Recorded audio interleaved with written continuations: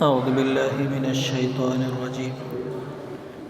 بسم الله الرحمن الرحيم. كافها يا عين صاد ذكر رحمة ربك عبده زكريا إذ نادى ربه نداء خفيا. صدق الله وصدق رسوله النبي الكريم ونحن على ذلك من الشاهدين والشاكرين والحمد لله رب العالمين. اللهم صل على محمد النبي الأمي وعلى آله وسلم تسلیما. آج کا خلاصہ 16 پارے سورہ مریم سے ہے. سورۃ المریم ترتیب میں 19ویں نمبر پر، نزول کے اعتبار سے 44 نمبر پر. سورہ مریم مکی صورت ہے. اللہ تعالیٰ بغیر اسباب کے بھی اولاد دینے پر قادر ہے. اس صورت کی ابتدائی کے اندر حضرت زکریا علیہ السلام کا قصہ ذکر کیا گیا ہے کہ حضرت زکریا علیہ السلام کی عمر تقریباً 120 سال ہو چکی تھی، اور ان کی جو اہلیہ تھی ان کی عمر بھی تقریباً 100 سال کے قریب تھی. ان کے ہاں کوئی اولاد نہیں تھی. حضرت زکریا علیہ السلام نے اللہ تعالیٰ سے اولاد کے لیے دعا مانگی کہ اللہ مجھے نیک صالح اولاد عطا فرما جو بعد میں آپ کے دین کے لیے فائدہ مند ہو اور لوگوں کے لیے بھی فائدہ مند ہو. اللہ تعالیٰ نے حضرت زکریا علیہ السلام کی دعا قبول فرمائی اور حضرت یحییٰ علیہ السلام جیسا نیک صالح بیٹا عطا فرمایا. تو فرمایا کہ حضرت زکریا علیہ السلام کی دعا اللہ تعالیٰ نے قبول کی. اس میں لوگوں کو تعجب ہوتا ہے کہ اتنی بڑی عمر ہونے کے بعد بھی اللہ تعالیٰ نے اولاد عطا فرمائی. تو اللہ تعالیٰ نے اس سے اور بھی زیادہ تعجب خیز دوسرا قصہ بیان فرمایا حضرت عیسیٰ علیہ السلام کی پیدائش کا، کہ آپ کو اس بات پر تعجب ہوتا ہے کہ حضرت زکریا علیہ السلام کی عمر بہت بڑی تھی، اس وقت اللہ نے اس کو اولاد دے دی. تو فرمایا کہ حضرت زکریا علیہ السلام بھی موجود تھے، ان کی اہلیہ بھی موجود تھی. اگرچہ ان کی اولاد کے موسم نہیں تھی، پھر بھی اللہ تعالیٰ نے اپنی قدرت کاملہ سے ان کو اولاد سے نوازا. تو فرمایا کہ اس سے بھی زیادہ تعجب خیز بات تو یہ ہے کہ اللہ تعالیٰ نے حضرت عیسیٰ علیہ السلام کو پیدا فرمایا اور حضرت عیسیٰ علیہ السلام کا والد ہی نہیں تھا. بغیر والد کے اللہ تعالیٰ نے حضرت عیسیٰ علیہ السلام کو پیدا فرمایا. اور پھر اگلا قصہ اللہ تعالیٰ مزید بیان فرماتے ہیں کہ تمہیں اس بات پر بھی حیرت ہوتی ہے، تعجب ہوتا ہے کہ بغیر والد کے حضرت عیسیٰ علیہ السلام کیسے پیدا ہو گئے. فرمایا کہ اللہ تعالیٰ تو وہ ذات ہے کہ حضرت حوا کو حضرت آدم کی پسلی سے پیدا فرمایا، جبکہ اولاد تو ایک عورت سے ہوتی ہے، لیکن اللہ تعالیٰ نے اپنی قدرت کاملہ دکھائی، حضرت حوا کو حضرت آدم علیہ السلام کی پسلی میں سے نکالا. اور فرمایا کہ یہ بھی تمہارے لیے تعجب خیز بات ہے. اس سے بھی زیادہ تعجب خیز بات تو یہ ہے کہ اللہ تعالیٰ نے حضرت آدم علیہ السلام کو بغیر ماں باپ کے پیدا فرمایا. اللہ تعالیٰ ہر چیز پر قدرت رکھتے ہیں، اللہ کے لیے کوئی بات مشکل نہیں ہے. حضرت عیسیٰ علیہ السلام جب پیدا ہوئے، حضرت مریم جو تھی یہ چونکہ بیت المقدس کی خدمت کیا کرتی تھی.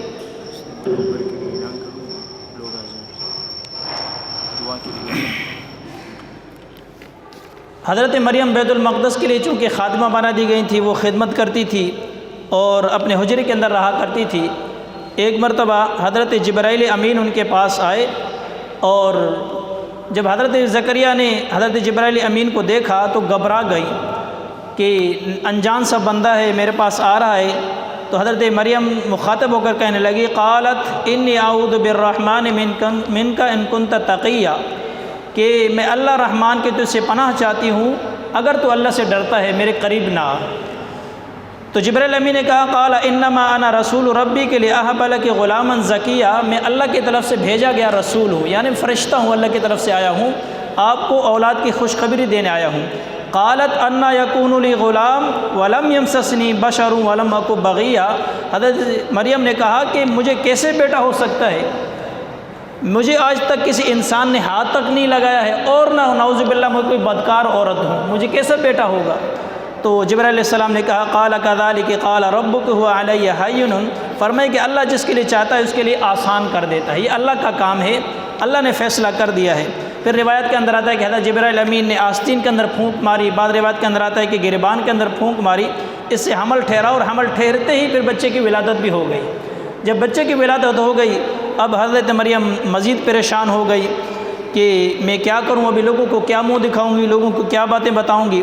قالت یا لیتنی مت قبل ھذا وکنت نسیا منسیا، اپنے آپ سے کہنے لگی ہائے کاش کہ میں پیدا ہی نہیں ہوتی، کہ آج میں لوگوں کو کیا منہ دکھاؤں گی۔ بہرحال اللہ تعالیٰ نے القاء کر دیا کہ آپ کچھ نہیں کہیں، آپ اپنے بچے کو لے کر اپنے قوم والوں کے پاس جائیں، جب قوم والے آپ سے کچھ کہیں تو آپ ان سے کہیں کہ مجھ سے نہ پوچھو، میں نے روزہ رکھا ہوا ہے، اس بچے سے پوچھو حقیقت کیا حال ہے۔ تو اس سے پتہ چلا کہ پہلے لوگوں کا روزہ جو ہے بات چیت کا بھی روزہ ہوتا تھا۔ جب یہ اپنا بیٹا حضرت عیسیٰ علیہ السلام اپنی قوم کے پاس لے گئی تو وہ کہنے لگے فقولی انی نذرت للرحمن صوما فلن اکلم اليوم انسیا فاتت به قومها تحمل قال یا مریم لقد جئت شیئا فریا، اے مریم آپ نے یہ کیا گناہ کر دیا، یا اخت ہارون ما کان ابوک امرأ سوء وما کانت امک بغیہ، آپ کے ابا تو ایسے نہیں تھے، آپ کی اماں تو ایسے نہیں تھے، نعوذ باللہ آپ نے کیوں بدکاری کی، اس طرح کا گناہ کیا۔ تو حضرت مریم کو چونکہ القاء کیا گیا تھا، فرمایا کہ فاشارت الی، اس چھوٹے سے بچے حضرت عیسیٰ علیہ السلام کی طرف اشارہ کیا کہ اس سے پوچھو۔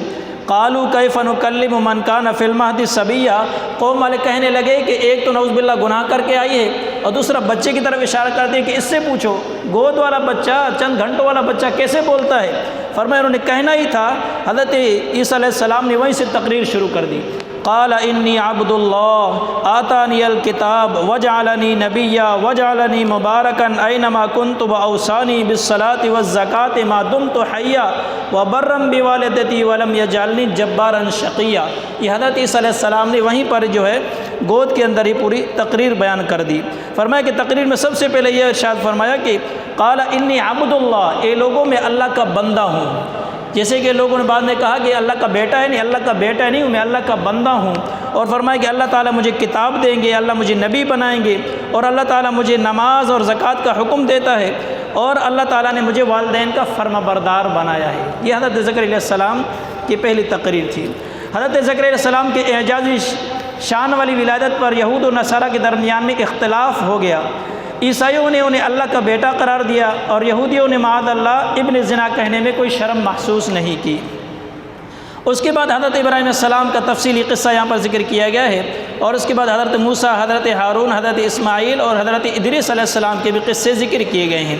حضرت ابراہیم علیہ السلام کا وہ قصہ ہے کہ اپنے گھر والوں کو جب دیکھا کہ وہ بتوں کی پوجا کر رہے ہیں، حضرت ابراہیم علیہ السلام نے انہیں روکنے کی کوشش کی اور اللہ کے وحدانیت کی دعوت دی تو سارے لوگ مخالف ہو گئے، یہاں تک گھر والے بھی مخالف ہو گئے، اپنے والد بھی مخالف ہو گئے۔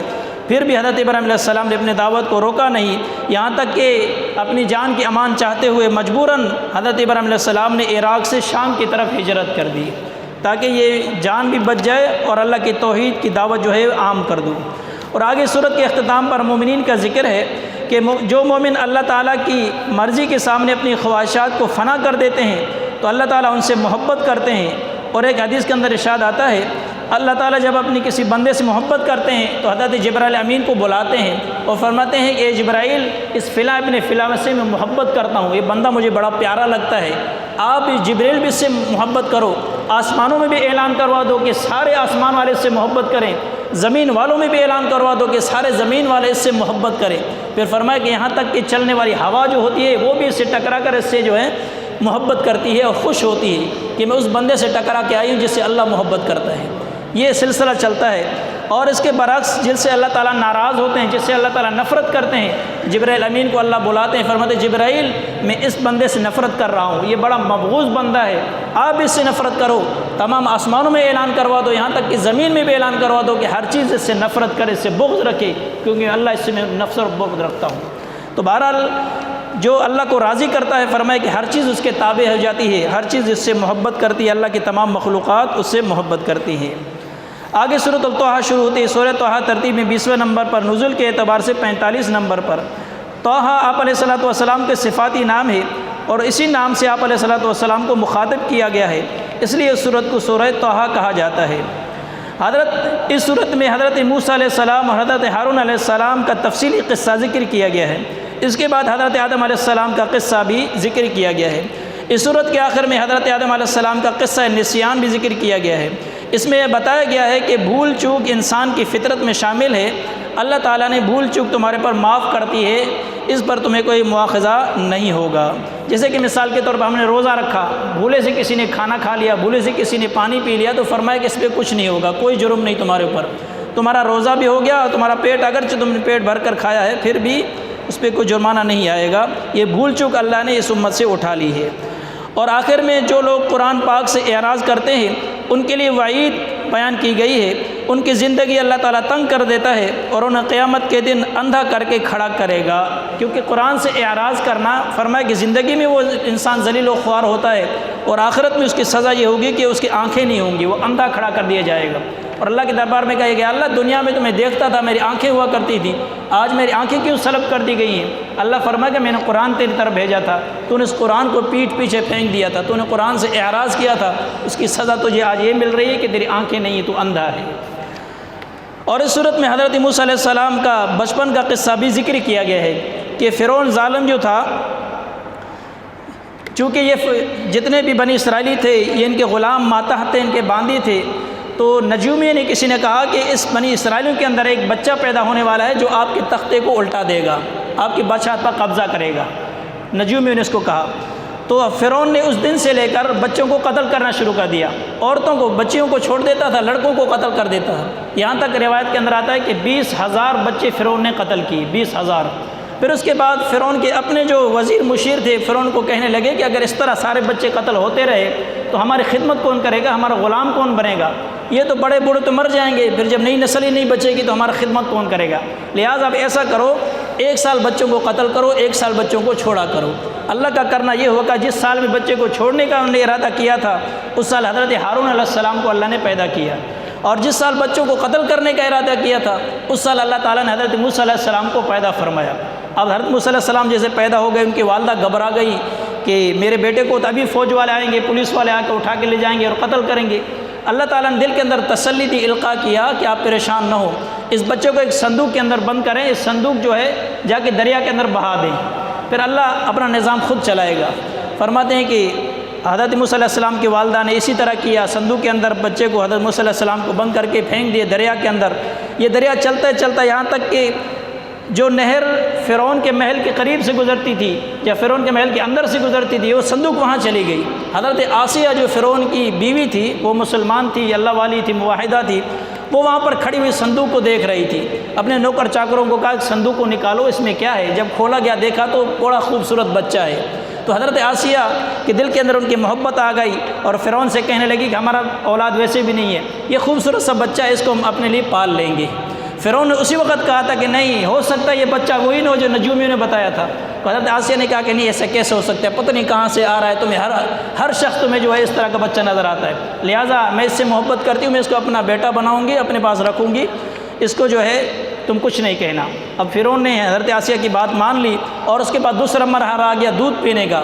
اب یہ بچہ تو مل گیا ان کو، اب دودھ نہیں پی رہا ہے بچہ، بڑی دور دور سے دائیاں بلائی گئی، بڑے بڑے پیسے دے کر دائیوں کو بلایا گیا، جو بھی دائی آتی حضرت موسیٰ علیہ السلام کو دودھ پلانے کی کوشش کرتی، بچہ دودھ نہیں پیتا تھا، یہاں تک کہ وہ حضرت موسیٰ علیہ السلام کی بہن ان کا پیچھا کر رہی تھی۔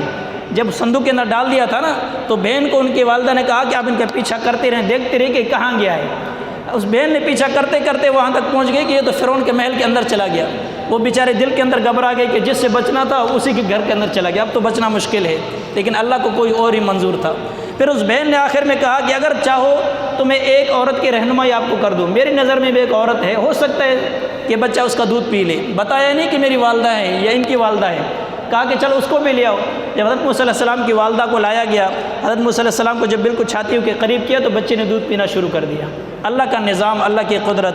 پھر فرماتے ہیں کہ اسی فرعون نے جو ہے حضرت موسیٰ علیہ السلام کی والدہ کو پیسے بھی دیے اور ان کو معاوضہ بھی دیتے رہے اور پرورش بھی پاتے رہے، حضرت موسیٰ علیہ السلام اپنی والدہ کی گود کے اندر پرورش پاتے رہے۔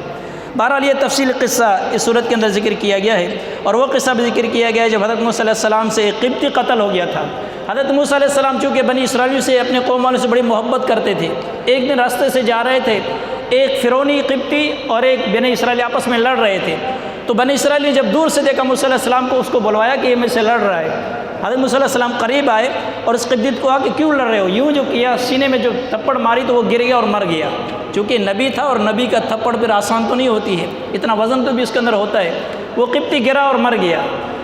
پھر ادھر ادھر شور شرابہ سا ہو گیا، کس نے قتل کیا کس نے قتل کیا کوئی پتہ نہیں چلا۔ دوسرا دن تھا جب موسیٰ علیہ السلام پھر کہیں راستے سے جا رہے تھے، دیکھا کہ وہی بنی اسرائیلی جو کل بندے سے لڑ رہا تھا پھر کسی اور سے لڑ رہا ہے، پھر بولا موسیٰ یہ مجھ سے لڑ رہا ہے، دیکھو اس کو سمجھاؤ۔ موسیٰ علیہ السلام نے کہا کہ تو ہی شرارتی لگتا ہے مجھے، تو ہی مجھے شرارتی لگتا ہے، روزانہ لڑتا رہتا ہے۔ موسیٰ علیہ السلام نے غصے کے ساتھ جو اس کی طرف تھوڑی سی دوڑ لگائی تو وہاں سے بھاگ پڑا، اور یہ کہتا ہوا بھاگا کہ اچھا کل تو نے قبطی کو قتل کیا تھا، آج تو مجھے قتل کرنے کا ارادہ کرتا ہے، یہ کہتا وہاں سے بھاگا۔ اب جب قبطی نے سنا کہ آج کل جو بندہ قتل ہوا ہے وہ موسیٰ علیہ السلام نے قتل کیا ہے، اس نے جا کے فرعون کو بتا دیا۔ فرعون کے کارندے نکل پڑے حضرت موسیٰ علیہ السلام کو تلاش کرنے کے لیے، کس نے ہمارے قبطی کو قتل کیا ہے، فرعونی کو قتل کیا، لہٰذا اس کو گرفتار کیا جائے۔ پھر کسی نے حضرت موسیٰ علیہ السلام کو بتایا کہ آپ کے خلاف تو وارنٹ گرفتاری جاری ہو گئے ہیں، پولیس آپ کو ڈھونڈ رہی ہے، لہٰذا آپ ایسے کریں کہ کسی طرح سے سیٹ پہ ہو جائے۔ پھر اللہ کے حکم اور امر سے حضرت موسیٰ علیہ السلام جو ہے مدین چلے گئے۔ مدین میں حضرت شعیب علیہ السلام پیغمبر اور نبی تھے، وہاں پر حضرت شعیب علیہ السلام سے ملاقات ہو گئی۔ حضرت شعیب علیہ السلام نے کہا کہ آپ گھبرائیں نہیں، ابھی یہاں پر آپ محفوظ و مامون ہیں، لہٰذا میرے گھر کے اندر رہیں، میں آپ کی اپنی بیٹی کے ساتھ جو ہے نکاح کروا دیتا ہوں، لیکن ایک شرط یہ ہے کہ آپ مہربانی کریں، میں بوڑھا ہو چکا ہوں، میرے کو اور بیٹا نہیں ہے، میرے مال مویشیاں ہیں، میری بیٹیاں ہیں، لہٰذا ان بکریوں کو جو آپ چرائیں 10 سال تک اس کو چرائیں، اس کے بدلے میں آپ کی اپنی بیٹی کا جو ہے آپ کے ساتھ نکاح کر دوں گا۔ تو حضرت موسیٰ علیہ السلام نے 10 سال وہیں گزارا، حضرت موسیٰ علیہ السلام نے 10 سال بکریاں چلائی اور وہیں پر نکاح بھی کیا۔ جب وہ مدت پوری ہو گئی اس کے بعد واپسی ادھر مصر کی طرف سفر جاری کیا۔ راستے میں فرماتے کہ رات کا وقت تھا، ان کو حضرت موسیٰ علیہ السلام کو اللہ نے آگ دکھلائی، ایک پہاڑ کے اوپر آگ جلتی ہوئی نظر آئی، ان کو ضرورت بھی تھی آگ کی۔ حضرت موسیٰ علیہ السلام جیسے قریب گئے وہاں سے آواز آئی، اے موسیٰ اپنے جوتے اتاریے، یہ مقدس وادی ہے۔ اور وہیں پر اللہ تعالیٰ نے جو ہے موسیٰ علیہ السلام کو یہ خوشخبری دے دی کہ آپ نبی بننے والے ہیں، اور پھر نبوت بھی عطا فرمائی کہ اب جاؤ جا کے فرعون کو دین کی دعوت دو، توحید کی دعوت دو۔ یہ قصہ بھی یہاں پر تفصیل کے ساتھ ذکر کیا گیا ہے۔ حضرت ہارون علیہ السلام بھی چونکہ حضرت موسیٰ علیہ السلام کے بھائی تھے، وہ بھی پیغمبر اور نبی تھے، تو دونوں نبی ایک ساتھ مل کر جو ہے لوگوں کو دعوت دیتے تھے اور دین اسلام کی دعوت دن رات دیا کرتے تھے۔ یہ قصہ تفصیل کے ساتھ یہاں پر ذکر کیا گیا ہے۔ اسی طرح اس پارے کا اختتام ہوا، آگے انشاءاللہ کل سے خلاصہ بیان ہوگا۔ اللہ تعالیٰ باتوں پر عمل کی توفیق عطا فرمائے۔ الحمد